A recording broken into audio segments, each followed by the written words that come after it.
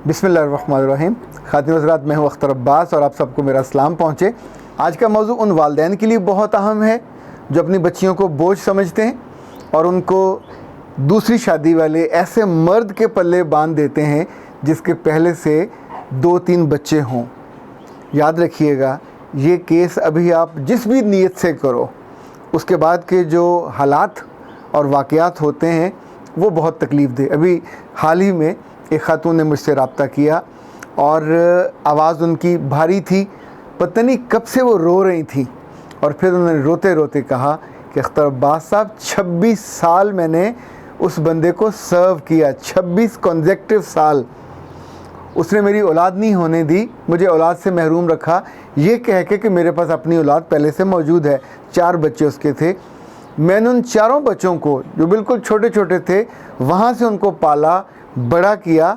और अब जब वो जवान हो गए, बड़े हो गए, तो इन्होंने 4 बच्चों ने मिल के अपने बाप को ना सिर्फ कायल किया, कंपेल किया, and he divorced me without any reason, सिर्फ इसलिए कि जो उनके मकान थे और कुछ प्लॉट्स थे, अब वो उन्होंने तकसीम करने थे और आपस में उन्होंने बातें की कि इसका भी हिस्सा तो बनेगा।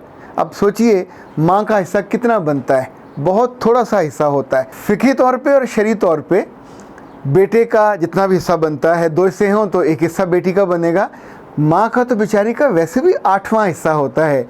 लेकिन अब सोचिए कि जहाँ नाखल्फ औलाद, दूसरों की औलाद पाल पाल के आपने बड़ा किया, अपनी मोहब्बत निछावर की, अपनी ममता पूरी निछावर की, यूँ समझे अपनी ज़िंदगी के बेहतरीन शब व रोज़ उनको दे दिए।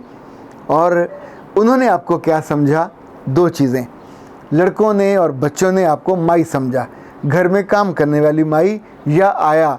इवन अगर आया भी रखी हो तो बहुत सारे समझदार और अच्छे वैल्यूज़ वाले जो घर हैं, उसके बुढ़ापे का भी ख्याल करते हैं, उसके खाने का भी ख्याल करते हैं, उसके कपड़ों का भी ख्याल करते हैं। वो कहीं आए जाए तो उसको रिस्क और पैसे भी देते हैं। उसकी किसी बच्ची की शादी हो तो वहाँ भी उसको तोहफे तोहफ़े देते हैं।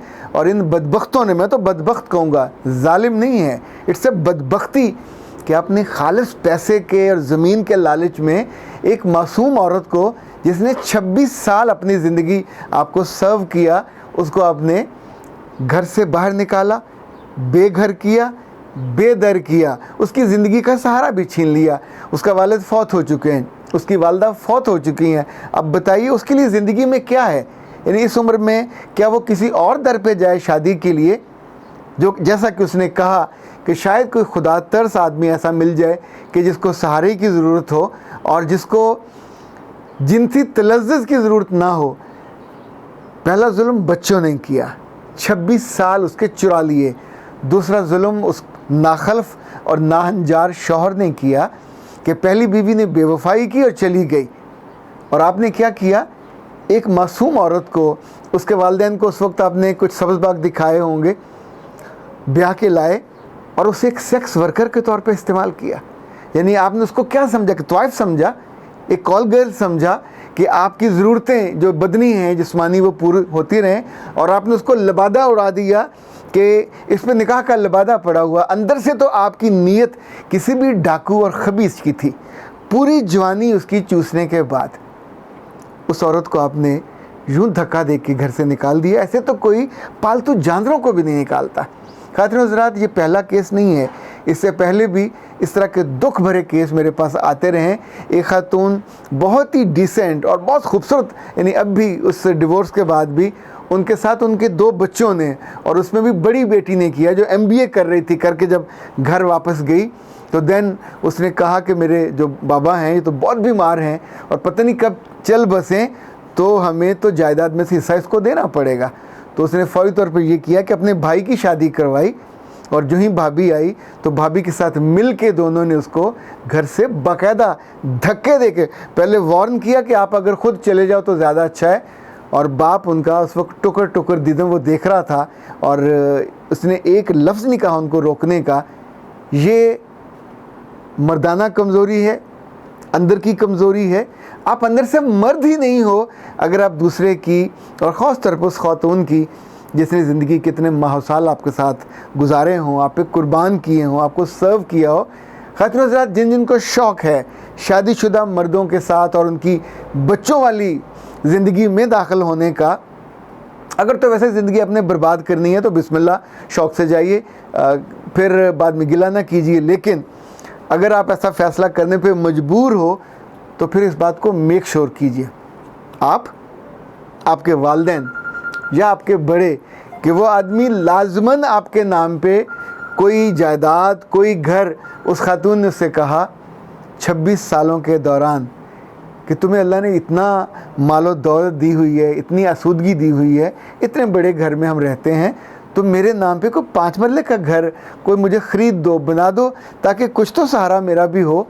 और तब उसने कहा कि सर अगर मेरे पास वो होता तो मैं कितनी, इस वक्त कम अज़ कम जो मैं बेयारो मददगार हूँ और ऐसे हूँ जैसे मैं बिल्कुल फुटपाथ पे पड़ी हूँ, ये वाली मेरी कैफियत तो ना होती। ख़ातिन हज़रात, बाज़ दफ़ा ये होता है कि बच्चियों की शादियों के ताख़ीरी मामलात की वजह से आप इस तरह का फ़ैसला करने पे मजबूर हो जाते हैं। ये अशख़ास आपके अज़ीज़ व अक़ारब हों या अनजाने लोग हों, दोनों सूरतों में धोखे का इम्कान 90% से ज़्यादा होता है।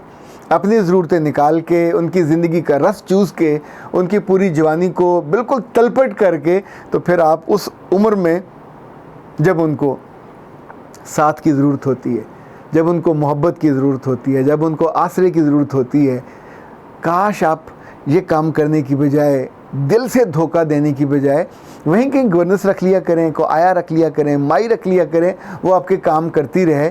एक तो आपको उस घर की मलकियत वो अपने होने वाली खातून चाहिए थी जिसने पूरी वफ़ादारी के साथ अपनी जवानी आप पे सर्व कर दी, आपके घर को संभाला, बच्चों को संभाला, मामलात को संभाला, और कहीं कोई मतलब बरारी नहीं की, उसके साथ आप ऐसा करते हो तो किस कदर जुल्म करते हो।